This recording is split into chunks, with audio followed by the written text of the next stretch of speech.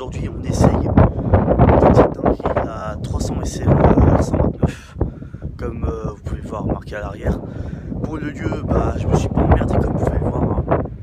Voilà. Et ce qui est incroyable aussi, regardez dans le Nord-Pas-de-Calais, si c'est pas beau ça. Voilà. Du ciel bleu, de la lumière, du soleil. Bah franchement, cette présentation, vous allez voir, ça va se faire enfin dans un beau temps, contrairement à la dernière fois. Car comme vous savez, bah, c'est vraiment un vrai coup de chance. Allez, je vous dis à tout de suite pour la présentation complète. Alors, concernant l'extérieur, pas grand chose à dire en vérité. Alors pour les plaques d'immatriculation, bah, comme vous pouvez le voir, je me suis fait un petit peu plaisir. Évidemment, sur les serre-routiers, on va les enlever pour rester dans la légalité. Alors la ligne est sympa. Alors ce qui est vraiment pas mal, c'est les essuie-glaces. Bah en fait pour les phares. Vous enlevez évidemment des deux côtés. Vous avez un joli logo Mercedes, bah, comme on les aime, hein. Le calandre chromé.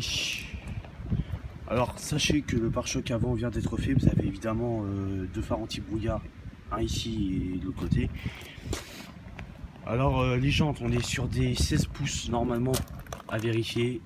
Ah, c'est bien ça, 16 pouces à l'avant comme à l'arrière. On voit pas hyper bien les freins, mais bon, les jantes en tout cas elles sont sympas. Voilà un petit truc sympa ici également. Voilà donc à part les poignées, bah tout est colorié, hein, si vous voyez ce que je veux dire. Contrairement à d'autres voitures où vous avez plein d'éléments en plastique. Enfin voilà, c'est du Mercedes. Alors sachez que bah, date de 1993, donc vous n'avez pas des poignées comme maintenant. Vous pouvez ouvrir les poignées une par une ou alors via la clé. Voilà, vous avez juste à tirer, tout simplement. Et il faut mettre un peu de patate pour fermer parce que là, comme vous pouvez le voir, je me suis raté. Voilà. Donc l'idée, c'est évidemment, c'est pas d'y aller comme un bourrin, mais voilà, faut le faire. Alors une trappe d'essence ici qui s'ouvre en appuyant dessus normalement. Voilà. Alors déjà ce qui est bien à l'arrière, bon pareil la plaque, cherchez pas bon, c'est que vous avez le nom du modèle.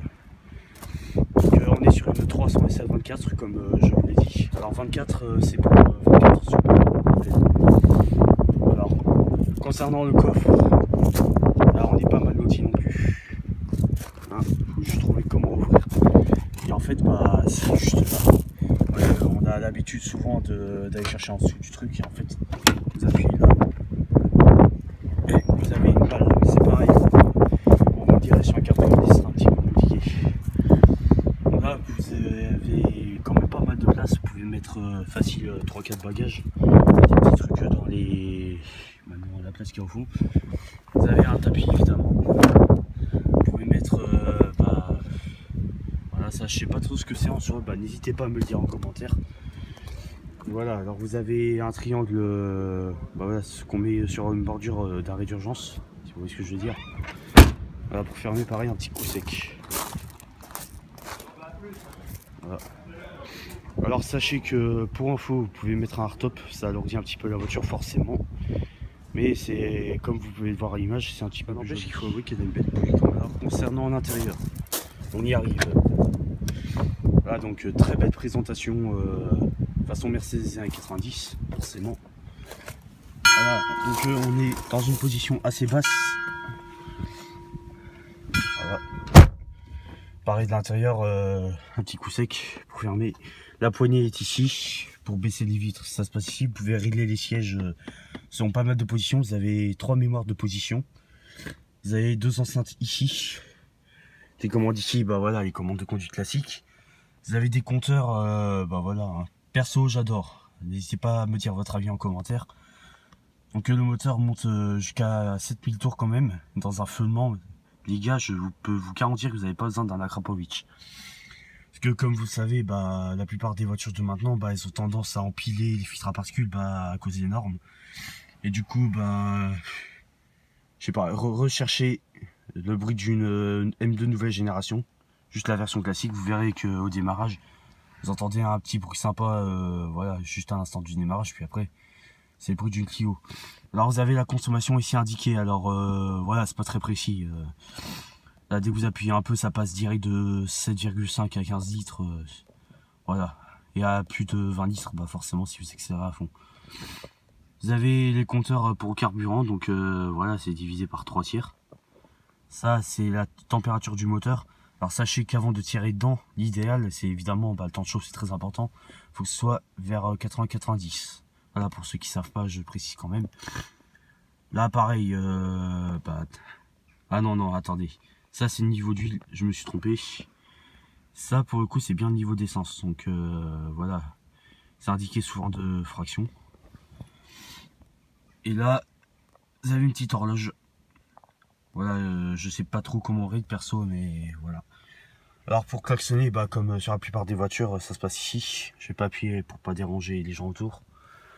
Alors, sur la planche de bord, forcément, voilà, on n'est pas sur une voiture qui date de 2020-2024. Sachez que notre modèle DC est équipé de cette structure autour des boutons, tout ça, des commandes en bois, en très belle essence de bois. Comme vous pouvez le voir, ça brille, hein, c'est pas un effet du téléphone, ça brille vraiment quand on regarde. Vous avez boîte à 5 vitesses normalement, comme indiqué. Sachez que le levier, du coup, forcément, c'est pour régler, c'est pas une boîte manuelle. Alors, le modèle a existé en 320 SL, un peu moins puissante, c'est avec une boîte manuelle, mais là, on est bien sur une automatique. Donc, vous avez un petit rangement ici, voilà, que vous pouvez fermer. Je vous montre tout simplement. Et vous rouvrez en appuyant. Donc là, c'est pour mettre les warnings, voilà, je pense que vous connaissez. Ça, c'est la radio.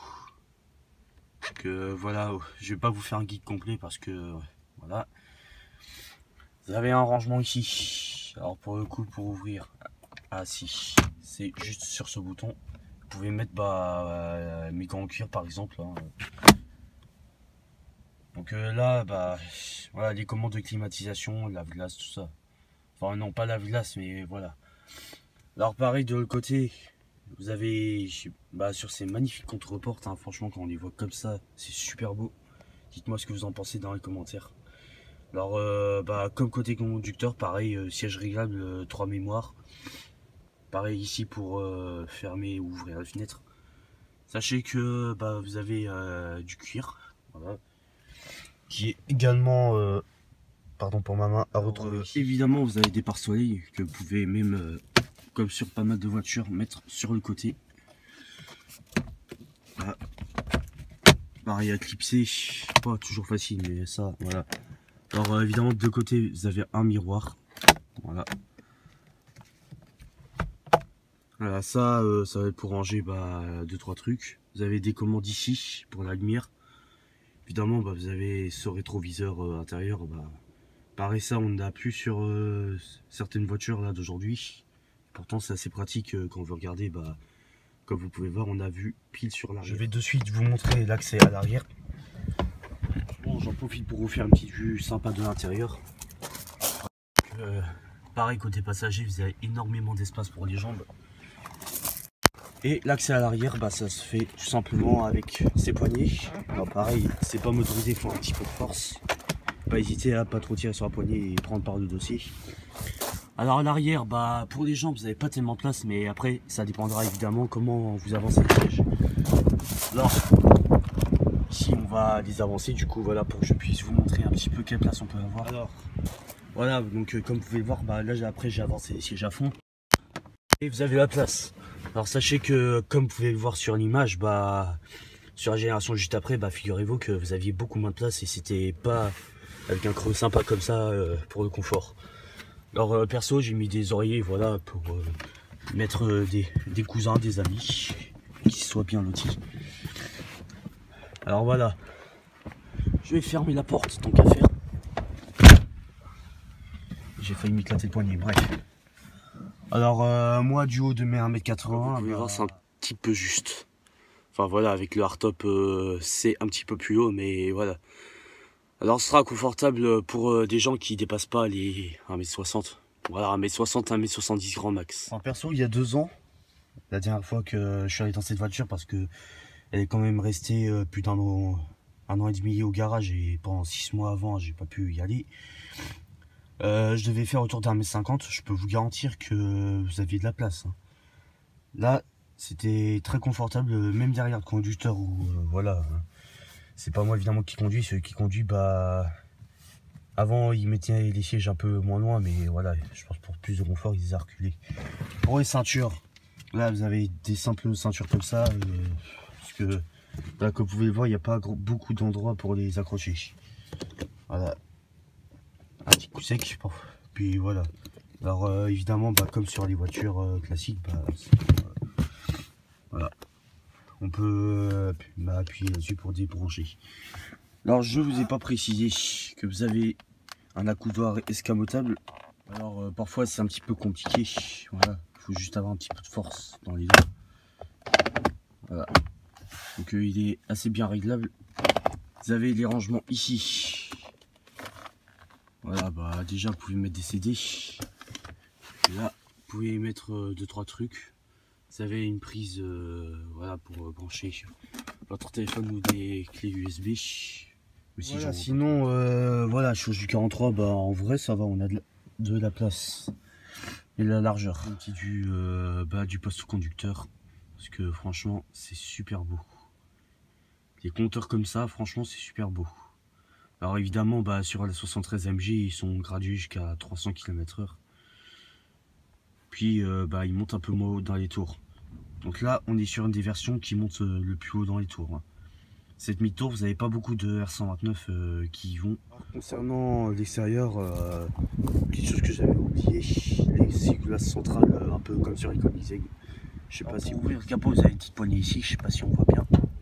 Voilà, ça c'est la longueur de son capot. Alors sous le capot, là par contre c'est très intéressant.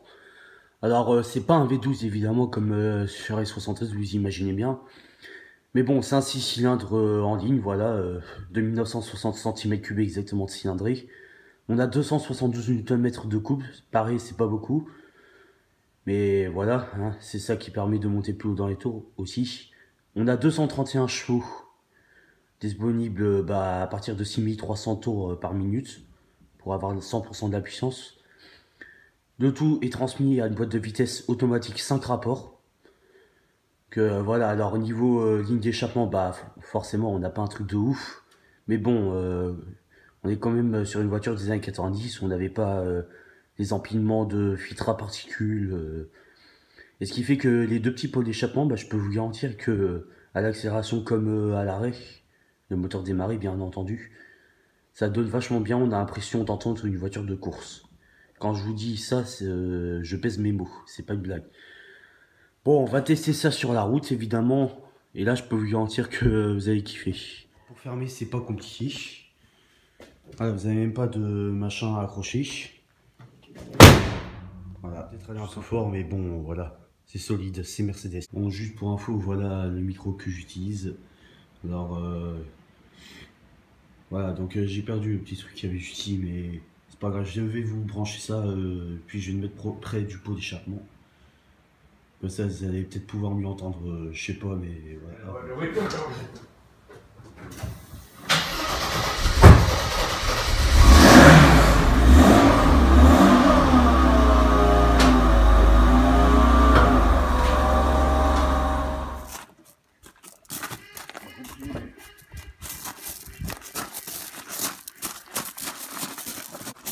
Hein? Pour moi, c'est...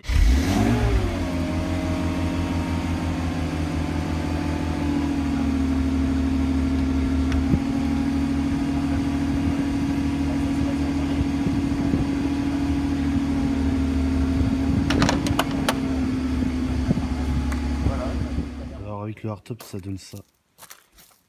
Alors là, vous avez le summum du style. Donc voilà. Vous avez quand même genre deux voitures en une, c'est quand même pas mal. Alors le hardtop, il pèse presque 50 kg quand même. Donc, voilà, je vous montre l'extérieur encore une fois, mais avec le hardtop. Pour que vous voyez à quel point c'est stylé. Il voit des voitures dans celle-là et il en a marre, c'est un nouveau riche. Un mec qui faisait des filets de poissons à la main. Une grande effervescence. Chaque jour, des gens venaient de loin, de très loin, pour voir l'enfant Jésus et lui apporter d'un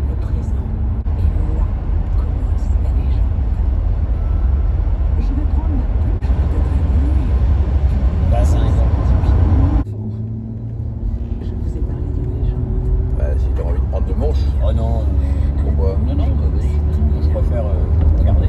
Bon, C'est c'est pas une alpine. Hein. Non, non, mais... Comme bien l'autre, c'est moins vif. Alors, bah, je sais pas, c'est moins vif. T'as combien de chevaux? Combien? 231. 40. 240? 130, 240.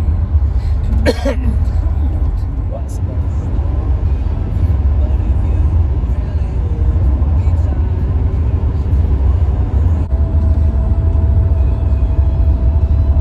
Voilà. Ça, c'était plus qu'inattendu par contre. Bon, alors là, la Jaguar F-Type. de repas qui sont là pour vous faire.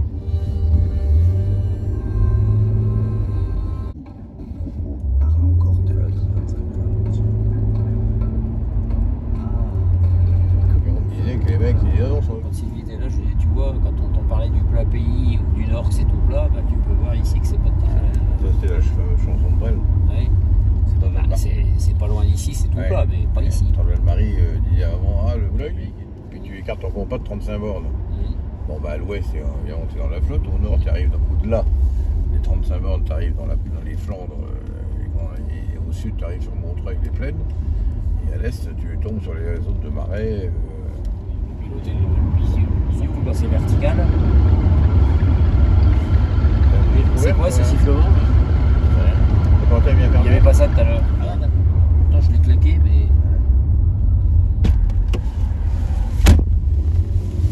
Voilà, ouais. Quelque chose où il m'a invité, il revient, il dit Charles-Édouard, je t'ai ramené ton broca. En France, ce sont pas des antilopes, ce sont des chevaliers, c'est pas. Jamais. Ah ouais, il est. Contrôle technique, retoqué. Ouais, ça, c'est incroyable ça. Ah ouais, c'est pas on est malade, C'était le contrat une belle là. Porsche. T'as vu la Porsche là? Ouais. Tu supprimes des trucs et on m'explique pourquoi on a besoin de 577. Genève. Mais c'est ouvert tous les jours, non? Non.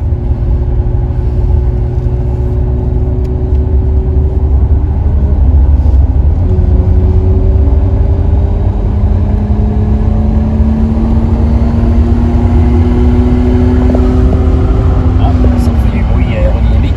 Il n'y a plus un seul bruit, bah fallait juste remonter la Ah, c'est vitesse. bien. Je me suis dit 300 pour un moteur comme ça, en vrai, ça va. C'était pas, Ça va. pas partie de génération des moteurs très travaillés. Ouais, hein. bien sûr. Sauf que là, il n'y a pas toutes les conneries des normes, là, filtre à particules et d'autres systèmes là, pour baisser la consommation. Honda Yamaha.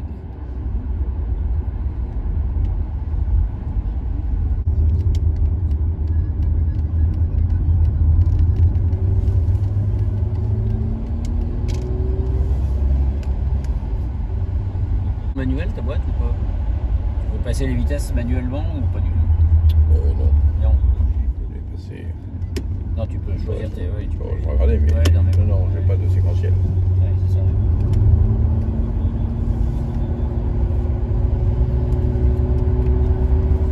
J'ai déjà 5 vitesses automatiques, c'est toujours pas mal. Ah ouais, c'est bien.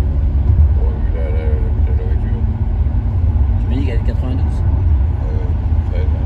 Mais bon, j'ai poussé, j'étais en 4ème à 160, 180, je crois. Elle est passée en 5ème à 180. Ah ouais. À mon avis, là, je devais siphonner un maximum.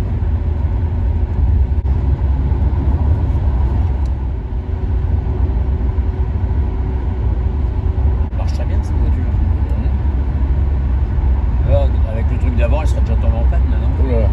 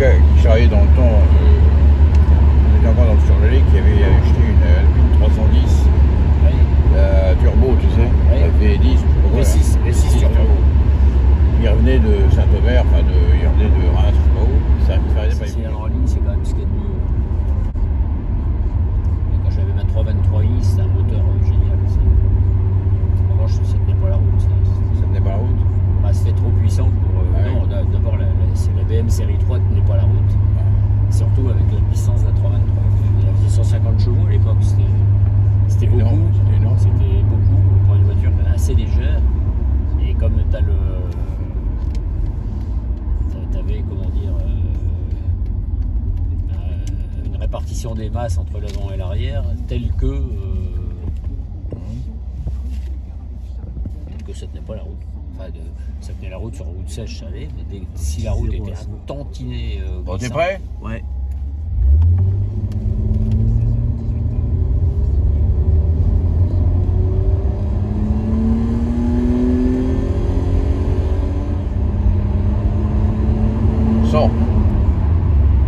Combien de secondes? Bon les gars, c'est la fin de cette vidéo, j'espère vraiment qu'elle vous a plu.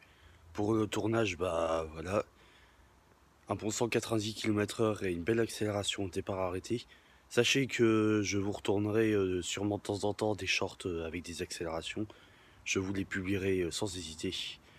Voilà, alors avant de quitter cette vidéo, n'hésitez pas à vous abonner et à lâcher un like. Ça ferait toujours plaisir. Moi je vous dis...